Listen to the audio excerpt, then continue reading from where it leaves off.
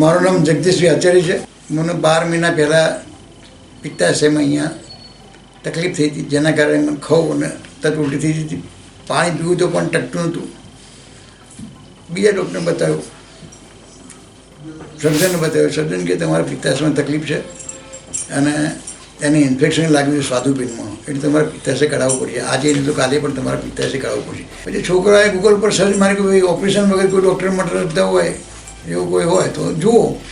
એમને જોયું તો એમના ઓઢવમાં બ્રહ્મ હોમિયોપેથિક રિસર્ચ સેન્ટર મળ્યું.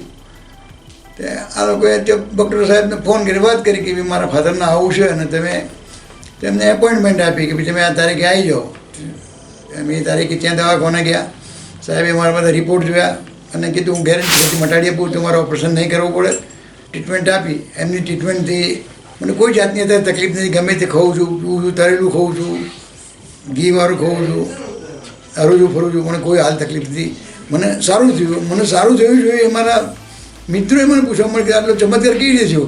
એટલે મેં એમ કીધું ભાઈ આ ઓઢવમાં બ્રહ્મ હોમિયોપેથિક રિસર્ચ સેન્ટર છે, એના ડૉક્ટર કુશવાહા છે. એ કુશવાહા ડૉક્ટરની દવાથી અને એમની ટ્રીટમેન્ટથી મને આટલું સારું થયું છે. એ લોકોને પછી મેં એમના સરનામા આપ્યા અને એ લોકો એમના પોતાના તકલીફ માટે ગયા. એમને પણ અત્યારે સારું રિઝલ્ટ મળ્યું છે. બસ થેન્ક યુ ડૉક્ટર સાહેબ, ખૂબ ખૂબ આભાર આપનો.